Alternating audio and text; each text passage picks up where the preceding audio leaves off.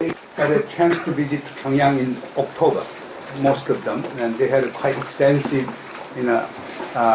contact with North Korean counterparts, including, Academy of Social Science, Institute for Disarmament and Peace Institute of Ministry of Foreign Affairs. Therefore, I think that they will be able to, and he will be able to give a lot of, interesting information to you.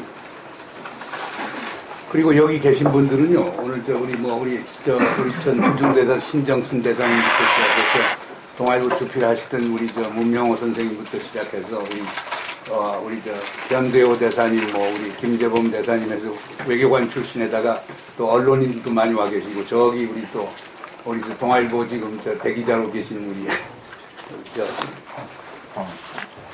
아닙니다. 우리 우리 심대 기자님도 와 계시고, 그리고 하여간 여러분들 상당히 중요하신 분들이 많이 왔는데, 이제 제가 간단히 이제 설명을 하겠습니다. We have a lot of, participants here from the very distinguished background. We have leading journalists, former diplomats, some government officials, and etc. Therefore, we have a very interesting setup on the Korean side, and also we have Germans love this luncheon seminar. Therefore, we have everybody from the Adenauer Foundation and Hans Zeider Foundation and Frederick Ebert Foundation. 독일 재단들에서 쭉 왔고요. It is very interesting mix.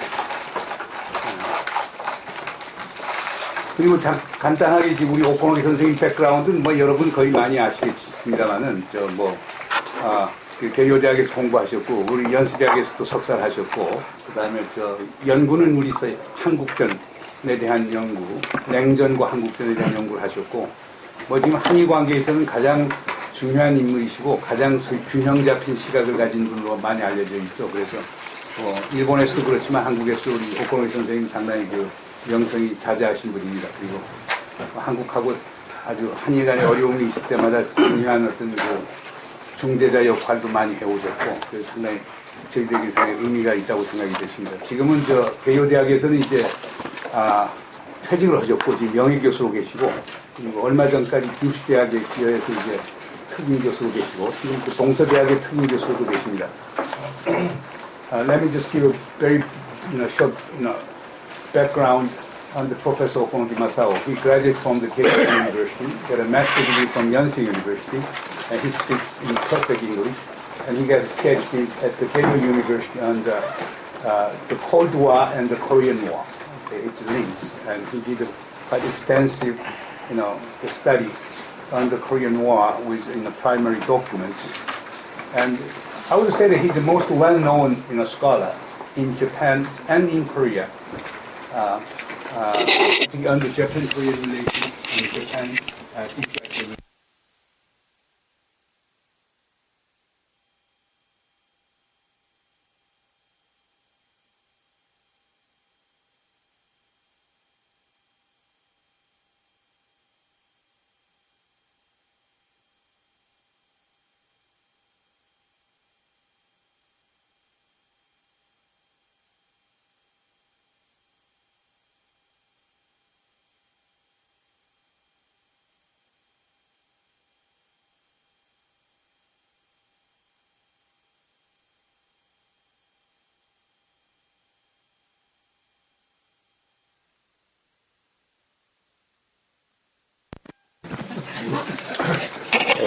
역시 나이를 들어가지고 나이를 먹으면 말이 잘 안 나오는데 제가 아까 신규선 대기자님 그 이름을 갑자기 죄송합니다. 우리 문명호 대선배님도 계신데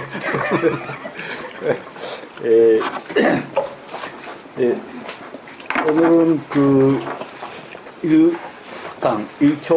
일본에서 일초라고 그냥 하니까 일초라고 하겠습니다만, 일초 관계에 어디까지 와 있는가, 혹은 일초 외교 관계가 지금 어떻게 되어 있는가, 그런 이야기를 하려고 하겠습니다.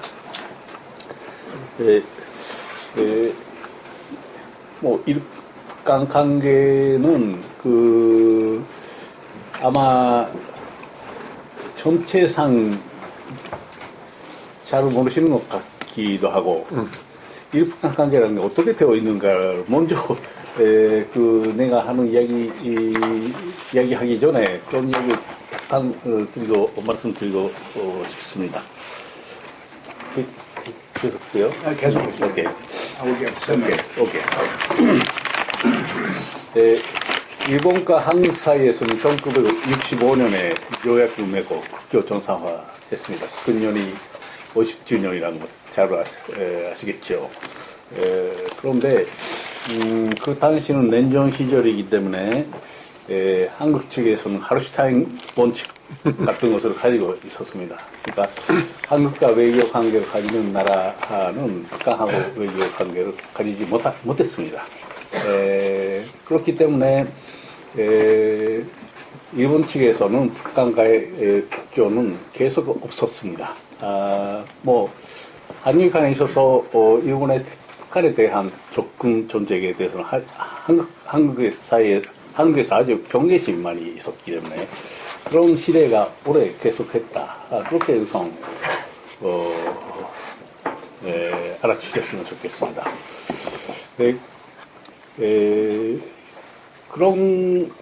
그렇기 때문에 사실 이 북한 관계에 있어서 외교 협상이 가능하게 된 것이 내가 보기에는 그 서울 올림픽 때 그러니까 1988년에 7월에 노태우 대통령의 북한 정책이 시작하고 7월에 그 7.7 선언이라고 우리 했죠. 대북 정책에 대한 한국의 새로운 정책이 나왔습니다. 그것이 미국이나 일본이 같은 한국의 일반 나라나 북한과의 관계 개선해도 된다. 그것에 협조할 여유가 있다. 그런 대통령 선언이 있었습니다. 그 후에 일북한 관계 사실상 시작했다. 그렇게 일단 알아주십시오. 예. 그냥 what he's saying is the South Korea and Japan had becoming normalization in 1965. At the time, South Korea was pursuing hostile policy like West Germany. Therefore, South Korean government did not allow Japan to have any kinds of diplomatic talks with North Korea. But there was a major breakthrough in 1988, when the President Notteo declared the so-called July 7th declaration. That means what? South Korea abandoning the hostile policy. And on the occasion of that July 7th declaration, Japan began to have diplomatic talks with North Korea. 네, 그 후에 두 번 큰 외교적인 이니셔티브가 있었는데 하나는 1990년에 당시 일본의 자민당 부총리였던 부총리 그만했죠.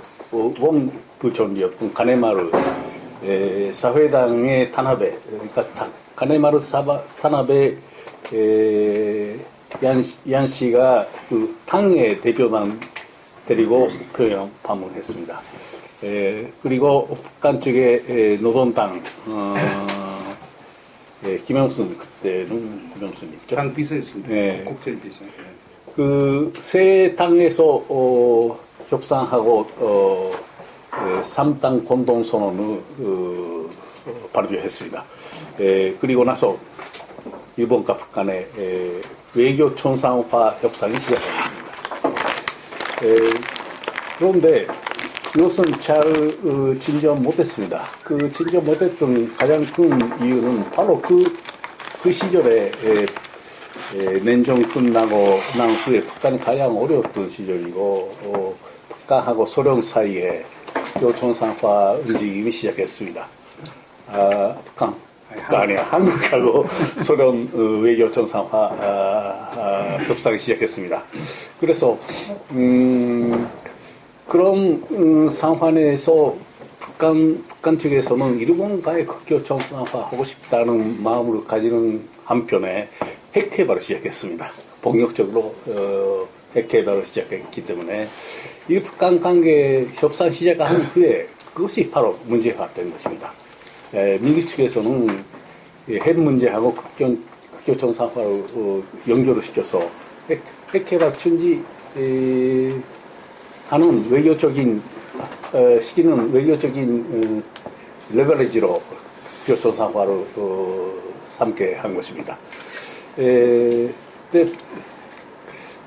그것이 단초에 일본 측에서 예상한 거 아니죠. 돌아와서 아모코 대사가 사진을 가지고 와서 이런 상태라 이렇게 설명한 것입니다. 하여튼 그 때문에 잘 진전되지 못했다. 이게 하나이고 두 번째는 요거는 제가 설명할게요.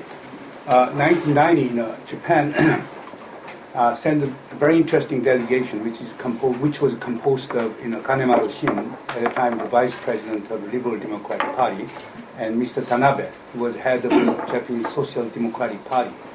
And then they had a meeting with the Korea Workers' Party, Kim Jong-sun, and three parties adopted a basic agreement that the joint communique that they will improve diplomatic ties. Then, at the time, North Korea was desperate because South Korea is about to have a diplomatic normalization with the Soviet Union, and North Korea felt in a very imminent sense of diplomatic isolation. Therefore, North Korea wanted to have a diplomatic normalization with Japan. Therefore, everything was going well. Then, Ambassador Amakost, the U.S. ambassador to Japan, came up with a very interesting photograph on the development of nuclear weapons in North Korea and pressed the Japanese government to reconsider diplomatic negotiation with North Korea. That was the first hurdle. 그래서 그게 일본 측에서 생각하지 못했던 하나의 트럭처럼 하나의 하들이 생긴 것입니다. 근데 두 번째는 2002년에 고이즈미 수상이 평양에 갔습니다. 그때는 벌써 납치 문제가 큰 문제 이슈로서 나와가지고 그래서 고이즈미 수상은 국교 정상화하고 납치 문제를 연결시켜서 해결을 하려고 한 것입니다. 그리고 그것이 가능한 배경을 생각하면은 그게 잘 아시다시피 그전에 그 일이 사건이 일어났습니다. 그 테러 사건이 일어나서 미국 정부는 부시 정권이 아주 심한 아주 뭐랄까 강한 대북 정책 악의 축구라고 했죠. 그 당시 그런 정책을 취했는데 그럼에도 불구해서 고이즈미하고 부시 사이에는 아주 좋은 관계가 있었습니다.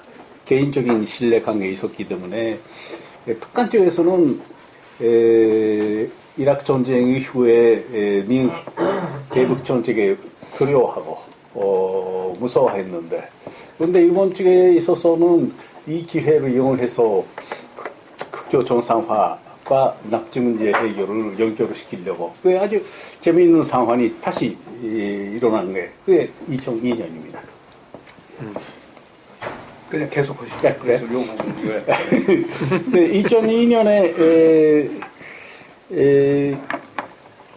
어떻게 되었는가 하면은 일본 정부 측에서는 17명, 17의 납치 피해자가 있다고 생각했는데 그때 고이즈미 씨가 평양 가보았더니 살아있는 게 5명, 나머지 8명 죽여버리고 그 나머지는 북한에 입국하지 않았다. 그런 통보를 받는 것입니다. 그래서 고이즈미 수상이 생각했던 것처럼 잘 그 국교 정상화와 납치 문제 해결을 하지 못했습니다. 왜냐하면 일본 쪽에서 국내에서 아주 강한 북한에 대한 비판적인 여론이 나왔기 때문에 그것이 정상화 협상의 장애가 된 것입니다. The second momentum came in 2002, and Prime Minister Koizumi paid a visit to Pyongyang in September 2002, and then at the time, Prime Minister Koizumi was thinking about linking diplomatic normalization with the resolution of kidnapped Japanese issues, and he visited there, and he adopted the Pyongyang Declaration, and etc. And also at the time, the U.S. was pursuing very hardline policy on Pyongyang. Therefore, Pyongyang thought that by taking advantage of Japan, particularly Prime Minister Koizumi has very close ties with President Bush. Therefore, North Korea was thinking about using Prime Minister Koizumi as a way of, mitigating the hardline pressures from Pyongyang. But that didn't work it out either. The reason was very simple, because Prime Minister Koizumi was interested in knowing about 17 kidnapped Japanese. North Korea answered, out of 17, 5 survived, 8 dead, and remaining 4 are unaccountable. And North Korea said that they didn't enter North Korea. But that was not satisfactory result. And as a result of that, there was a very strong anti-North Korean sentiment in Japan. Therefore, because of domestic political pressures, Koizumi could not push for diplomatic normalization with North Korea. 여러분도 잘 아시다시피 그 속에 일본의 요 중학생 메구미라는 중학생 들어가 있었기 때문에 일본 국민들이 그 중학생 데리고 북한까지 데리고 간 그런 북한의 치수에 대해서 아주 심하게 화내고 그리고 비판한 것입니다. 그런데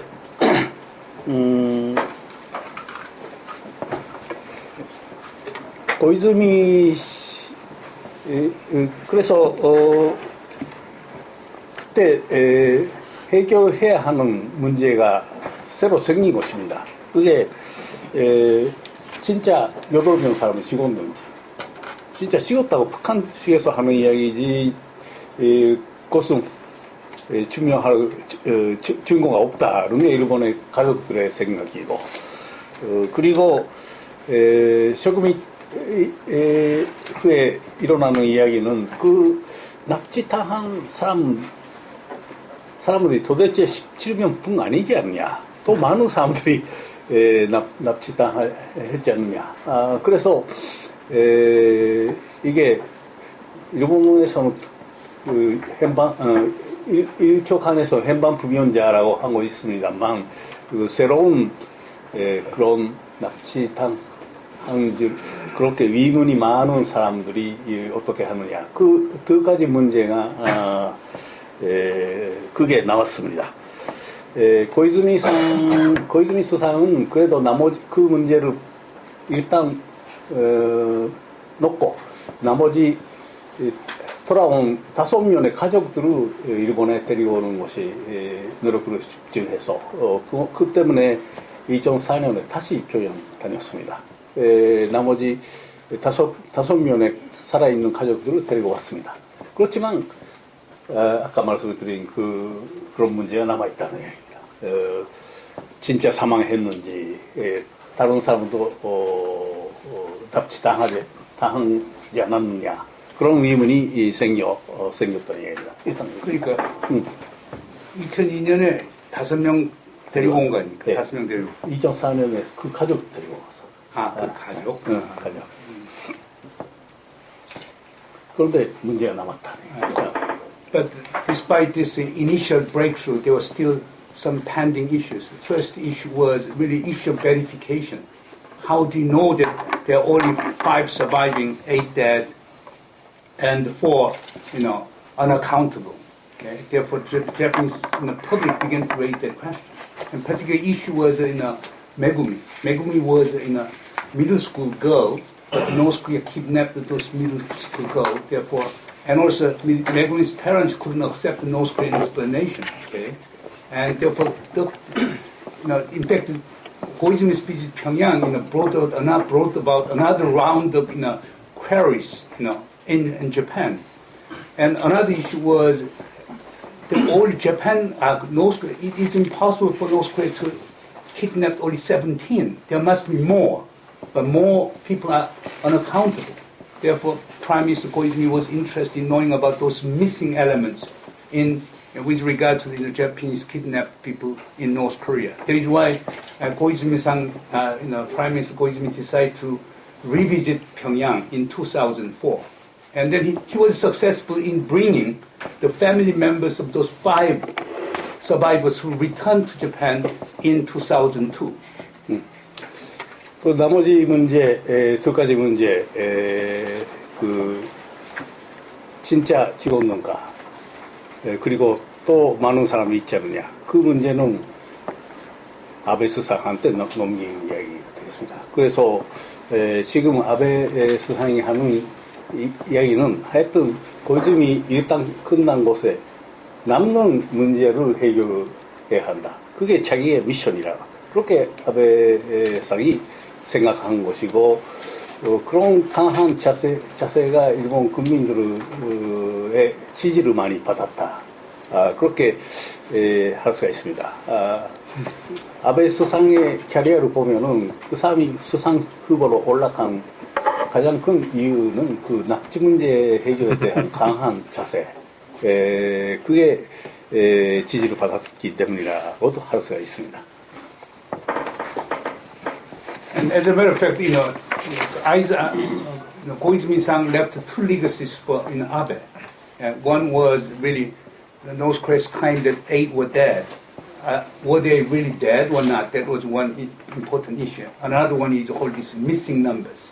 There must be more Japanese to be kidnapped by North Korea. But how can we come up with accountability on those numbers? Those are the 2 major issues. And in fact, Abe inherited those 2 legacies from Koizumi-san. But as a matter of fact, the reason why Abe could become prime minister as a successor to Koizumi is because of his position on kidnapped Japanese. He was the most hardline politician in Japan on the North Korea's kidnapped Japanese issue.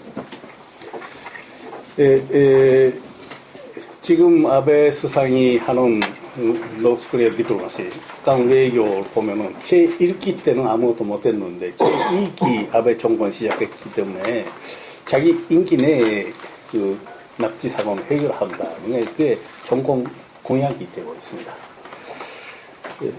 목표로 되는 것이 일단 납치 당한 피해자 청원의 기급, 그게 가장 큰 하드를 설정했죠. 네, 그것을 보면은 이제 우리 오늘 진짜 대화 이제 들어가는데, 근데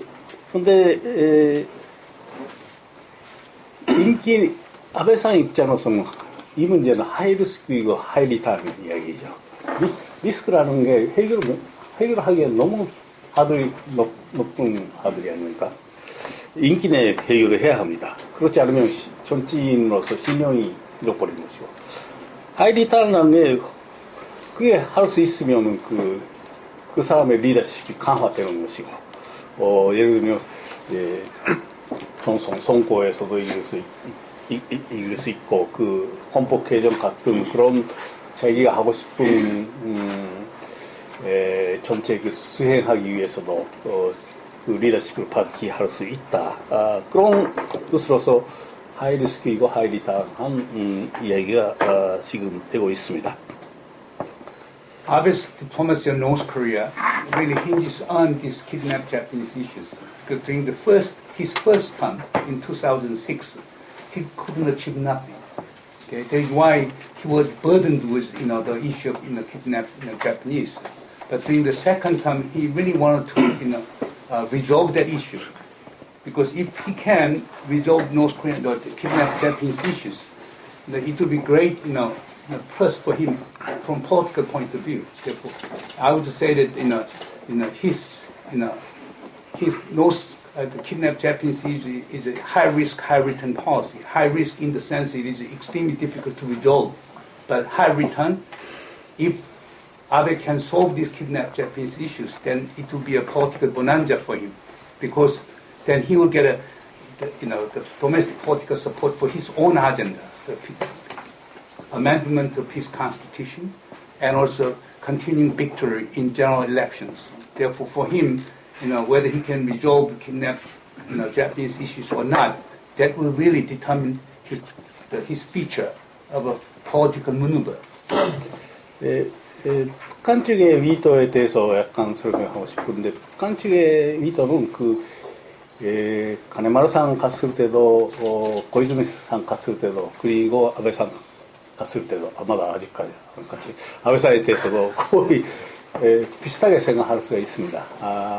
그게 두 가지가 있는데, 북한 측의 요구는 항상 그 두 가지입니다.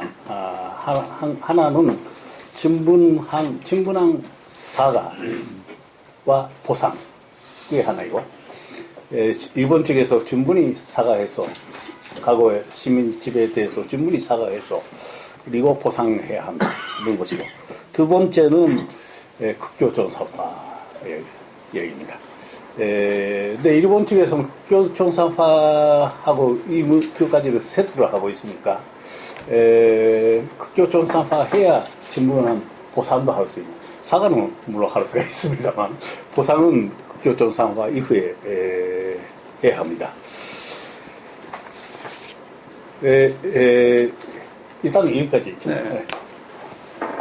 But with regard to Kanemaru-san, Koizumi-san, and even to Abe-san, Japan has North Korea has two demands.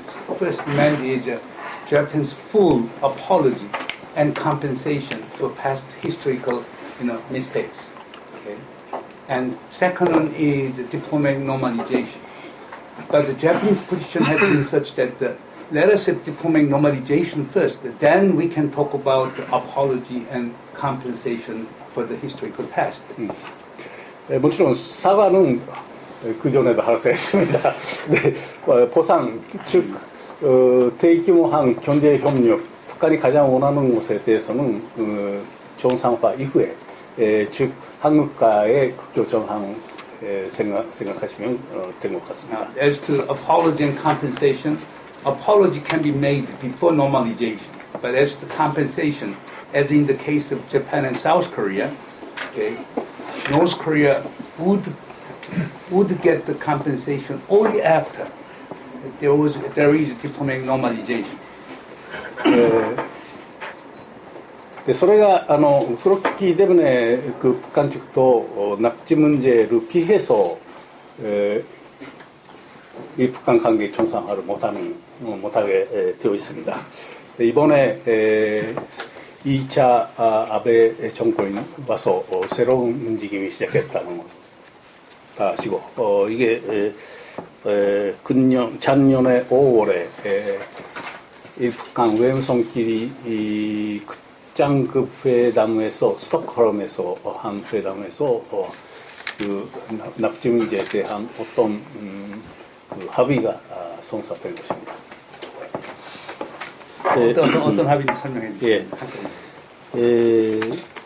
그것은 모든 일본 사람에 대한 특별 조사를 다시 포괄적으로 하겠다는 북한 쪽의 의사표명이 있었던 것입니다. 그 모든 일본 사람이라는 게 재미있는데, 북한 쪽에서는 모든 문제를 해결하니까 국교 정상화했다라는 이야기인 것 같습니다. 즉 납치 문제, 납치 피해자뿐 아니라 그리고 henban 부면자뿐 아니라 2차 대전 후에 피부터 남아있는 사람, 그리고 북한에 귀국한 조선인의 북한 사람의 배우자, 일본 여성들이 문제, 그리고 유골 문제까지 다 합쳐서 일본 사람의 강한 문제를 다 자기들이 특별 조사를 하겠다. 그렇기 위해서 조사위원회를 국가 보위부 밑에서 만든다는 약속을 그 사람들은 한 것입니다. As you might know, that Japan and North Korea had a meeting in Stockholm. That was secret meeting between the director general level meeting in Stockholm, and there was one very interesting, agreement between Japan and North Korea. The agreement was, North Korea, particularly Department of National Security, 국가보위부, National Security would be in charge of making comprehensive special investigation of status of Japanese in North Korea. But Japanese include all kinds of Japanese, those kidnapped Japanese, okay, and those missing Japanese, and the status of Japanese who left behind at the end of the Second World War, and also the wives, Japanese, spouses of Korean, pro-North Korean Japanese residents, okay, who returned to North Korea starting from the late 1950s, and plus the remains, hold this the location and return of the remains of Japanese who were dead in North Korea. 유골까지. 네, remains 유골입니다.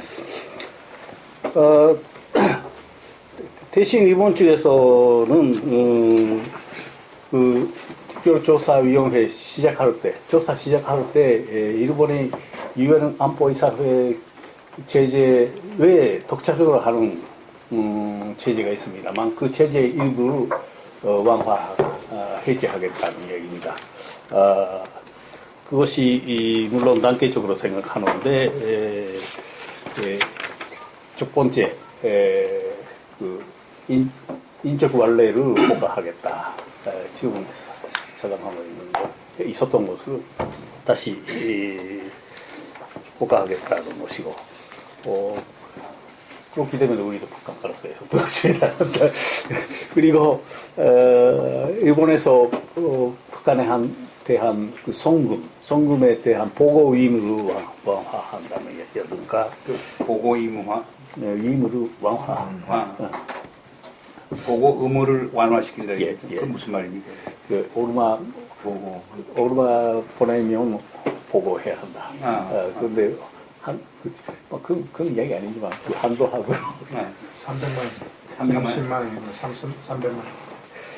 다른 거하고 똑같아. 예. 30만 이하면 보고할 주고. 아니, 너무 없고. 그리고 인도 목적으로 속한 선박 입방하는 것으로 허가하겠다. 그건 아주 초보적인 제재를 완화하고 그리고 앞으로 조사가 진정하면 보고가 나오면 또 다른 단계까지 차차 그것을 확대하겠다는 이야기입니다. In return for North Korean acceptance of this comprehensive special investigation of Japanese status, Japan come up with the following incentives. Japan decided to loosen its sanctions on North Korea. The first was, Japan would re-allow the personal exchange between North Korea and Japan. And secondly, Japan has allowed the remittance of money from Japan to North Korea, particularly in the past, even 10,000 yen they had to report, but as a result of that agreement, only the remittance that go beyond exceed more than 3,000 US dollars. They're supposed to make a report. And third one is, Japan would allow re-entry of North Korean vessels into Japanese port for humanitarian purposes. And finally, the Japanese government said that if North Korea makes progress in special investigation, then Japan would come up with concurrent responses in terms of easing of sanctions on North Korea. 아베 수상도 그때 말한 것이 행동 대행동, 액션 투 액션. 일본 측에서는 그 조사 기간을 한 1년 정도로 생각하고,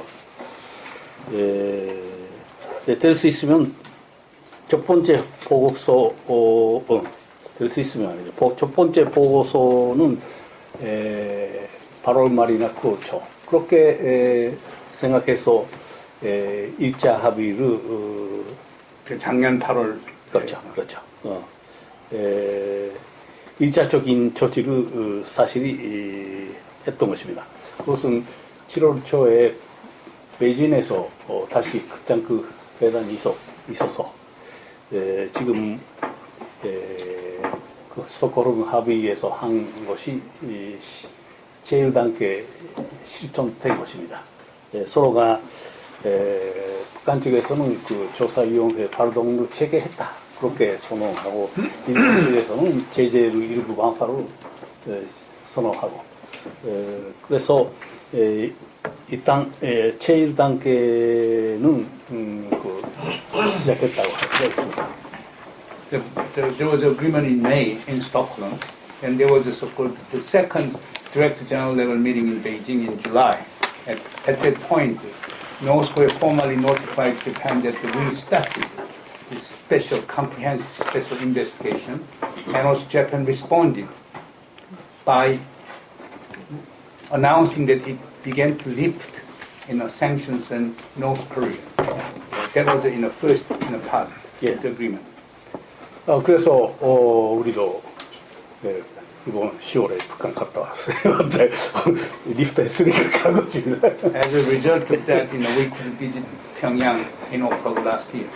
그 전에도 완전히 금지된 거 아니었지만 그래도 정부에서 가지 말아달라고 하는데 그것을 거부해서 가는 것은 심리적으로 조금 안 좋은 상태였습니다. In the past, we could go and visit North Korea, but the government has been discouraging us from visiting Pyongyang. Therefore, we had some kind of reluctancy on our part, but now we can freely go to Pyongyang. 네, しかし이제現状はどうなっているのかというとですね형사는 어떻게 되어 있느냐 하면은 그 당시 예상했던 것 즉 8월 말이나 9월에 첫 번째 보고가 나온다는 것이 실현되지 않고 남한 측에서는 협상 담당하는 송일호 대사가 우리는 조사를 성실하게 하고 있다. 아직 조기 단계이기 때문에 보고하지 못한다는 식으로 하는 것 뿐이지 그래서 그런 상태가 9월 말까지 계속했기 때문에 9월 말에 두 번째로 신양에서 신양에서 다시 북한 사이에서 격장 그 대단이 있었습니다. 빨리 해달라는 요청을 일본 쪽에서 한 거죠. 그랬더니 북한 쪽에 하는 이야기가 그러면 평양에 와서 직접 조사위원회한테 만나고 그 이야기를 하라. 보고도 받을라. 그 이야기이기 때문에 10월 말에 일본 대표단이 평양 방문했습니다. 방문하고 그쪽에 위원장이었던 소대하 그 나머지 4개 부문의 책임자하고 만나서 이쪽 회담이 그 시점에서 시작됐습니다. 평양에서 시작됐습니다. But North Korea was supposed to make a first report by the end of August, but they didn't deliver it. Therefore, Japanese government really pounding on Pyongyang, and as a result of that, both delegates met in Shenyang in September, at the end of September. But when Japanese government officers began to complain about the tardiness in North Korean report, then North Korean delegate Song Il-ho, Ambassador Song Il-ho, just simply said, "Why don't you come into Pyongyang and you just simply ask the commission, created by the state security agency?" And as a result of that, the Japanese delegate went to Pyongyang and began to meet all those guys who are in charge of investigation in Pyongyang.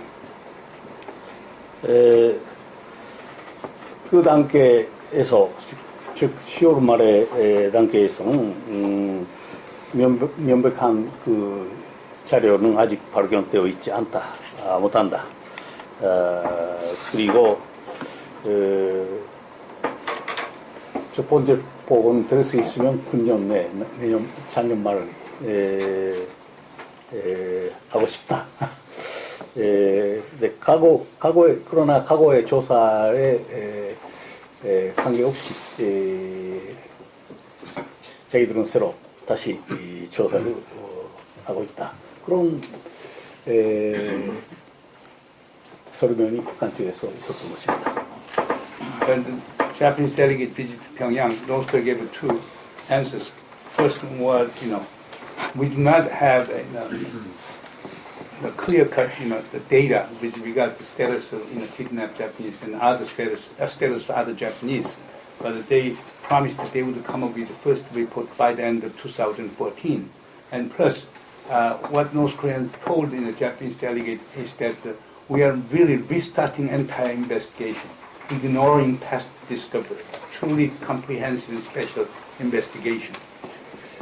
마지막으로 말씀드리고 싶은 것이 왜 이런 상태인가, 앞으로 어떻게 되는가 그 얘기인데, 잘 아시다시피 작년 12월에는 일본에서 총선이 있었습니다. 그래서 사실은 10월 말까지 일본에 이하라 극장 갔다 와서 그 후에 그런 보고할 수 있는 기회, 시간적인 타이밍이 없었습니다. 북한 측에서 그래서 일북한 협상도 그 단계에서 정지되어 있고 슬로우다운해서 지금 아무것도 움직이지 못하는 그런 상황이 계속되고 있습니다. 그런데 그러면은 어떻게 앞으로 되는가 이야기인데, 북한 쪽에서는 뭐 생각하는가를 상상하면은 그 사람들이 첫 번째 보고서가 아주 큰 뜻을 가진다는 걸 알고 있어서 첫 번째 보고서 내고 비판 다 하면 끝나는 거니까 첫 번째 보고서를 체결할 수 있는 그런 환경을 만들려고 애쓰고 있는 것입니다. 어떻게 해서 어떤 식으로 그 보고서를 제출할까? 많은 환경 정비에 많은 노력을 하고 있다고 볼 수가 있습니다. 환경 정비가 뭘 의미하시는 예. 거예요? 첫 번째는 일본에 있는 거대한 기대를 어떻게 생각하는가. 일본 측에서는 마치 모든 사람이 살아있는 것처럼, 그리고 많은 해방 비면제가 들어오는 것처럼 그렇게 기대감이 올라갔으니까 그게 어떻게 그게 할 수 있으면 좋은데 할 수 있으면 벌써 했을 겁니다. 할 수 없다니까 이렇게 되는 거죠. 그러면은 그게 아주 조금 낸다한 이야기이기 때문에 말하기가 힘든데, 사실은 일본 쪽에서 기대하는 만큼 살아있는 사람도 있고 있다면은 일본을 교육시킬 수 있는 사람이 있다면 북한 사람들의 하는 전술을 생각하면은 그것을 이용해서 벌써 많은 움직임이 있었을 것입니다. 그걸 못한다는 것은 사실 그렇게 하기가 힘든다는 게 아닐까 생각합니다. 그러면은 발표 보고하기 전에 일본 측에 기대를 낮게 해야 한다. 그리고 나서 보고서를 제출해도 협상이 결렬되지 않는 환경으로 만들어야 한다. 그것이 북한 측에서는 가장 중요한 것이 아닐까 생각합니다.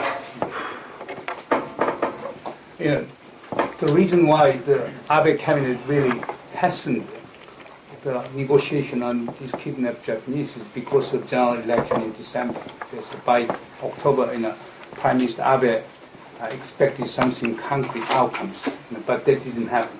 Everything stopped at the stage of October last year. But now there's another, the anxiety on the part of North Korea. The anxiety in North Korea is this: if they come up with the first report, okay, first report can bring about quite serious, negative repercussions.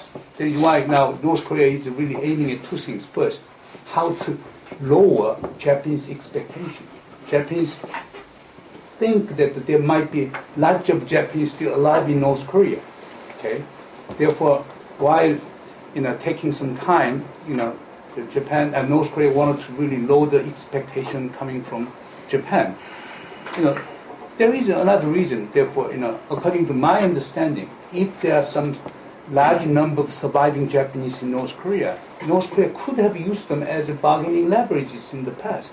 That means what? There are no existing surviving Japanese in North Korea. That is why North Korea is having a hard time. Another issue is this. Okay, suppose North Korea comes with the first report, and Japan is not happy with the report, then it may well be possible that Japan just to stop any kind of negotiation with North Korea. That could be then disaster for particularly North Korean negotiators. That is why North Korea is now really agonizing over those two issues. 네. 그래도 1년 동안 7월에 조사위원회 조사 시작한 것이기 때문에 금년 7월에 까지는 파스 레포트 해야 한다는 게 뭐 서로의 어느 정도의 합의라고 할 수가 있습니다. 그래서 그것이 언제 나오는가 우리 주목하고 있는데 그런데 이게 쉬운 일이 아닙니다. 복잡할 수도 있습니다. 그 무슨 이야기냐 하면은 북한 측에 어떤 카드를 가지고 있는가 우리 모른다는 이야기입니다. 아까 잠깐 말씀을 드렸지만 고이즈미 수상이 평양 갔습니다. 그때. 근데 그때는 얼마나 살아있는지는 모르면서 간 것이에요. 몰라서 왜 갔느냐 의문 있겠지만 평양 측에서는 5명 살아있다. 8명 죽었다고 미리 정보를 절대로 주지 않았습니다. 그거 주면은 고이즈미 안 갑니다. 그러니까 일단 평양까지 있다가 그 정보를 밝힌 것입니다.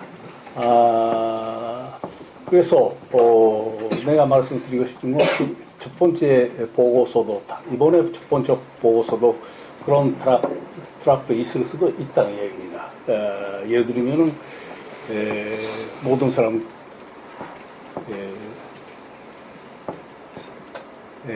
납치 피해자는 첫 번째 보고대로 다 살아있지 않습니다. 그러나 미싱 해방부위원자는 2-3사람이 살아있습니다. 그런 보고서도 있는 것입니다. 그렇게 될 경우가 아주 복잡한 상황이 됩니다. 일본 여론에 분열을 시킬 수 있는 효과를 가지는 것입니다. 예를 들면 가족들이 납치 피해자 가족들은 다들 화내서 이제 그만하라고. 그러나 해방부위원자 몇 사람 살아있으면 그 사람의 가족들은 협상 계속해서 그 사람들을 기극시켜야 한다. 그러니까 협상 결렬을 하지 말라고 하는 것입니다. 그러면 일본 지원단체 속에도 두 가지 사라지는 거예요. 정부가 어느 쪽을 선택하는가. 살아있는 일본 사람이 있는데 협상 그만한다는 게 아주 힘든 일이 아닌가 라는 생각하는데 그런데 하여튼 그런 여러 가지 간의 보고에 따라서는 상황이 아주 복잡하다는 걸 말씀드리겠습니다. But as to the first report by North Korea, Japan has its own dilemma too. Japanese, do not know what kinds of findings North Korea would come of its first report. For example, when Koizumi visited Pyongyang in 2002, he was not informed any facts about the status of kidnapped Japanese. when Ho Chi Minh visited Pyongyang and met the Kim Jong-il, then he said, the North Korea said that the 5 surviving, okay, 8 dead, okay, remained, unaccountable kinds of things. Therefore, we could expect similar kinds of things, with regard to first report. Suppose, North Korea come up with, these kinds of findings in their first report, okay. All kidnapped Japanese are all dead, okay. But as to missing Japanese, there are some 2 to 3 missing Japanese, okay. If that kind of findings comes out of North Korea, then they can divide in the public opinion in Japan. Because as to the family members of kidnapped Japanese, then they'll be yelling at the government and just suspend all kinds of negotiation with North Korea.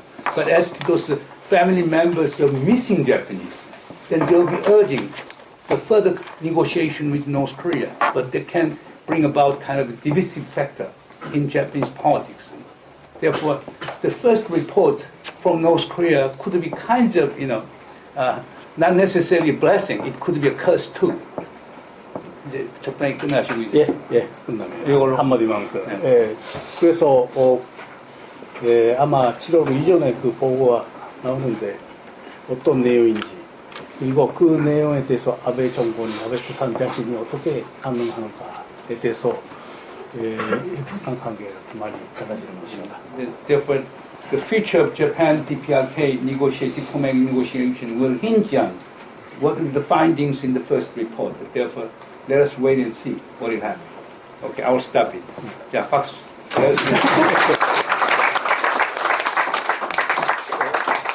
옆에 두 분이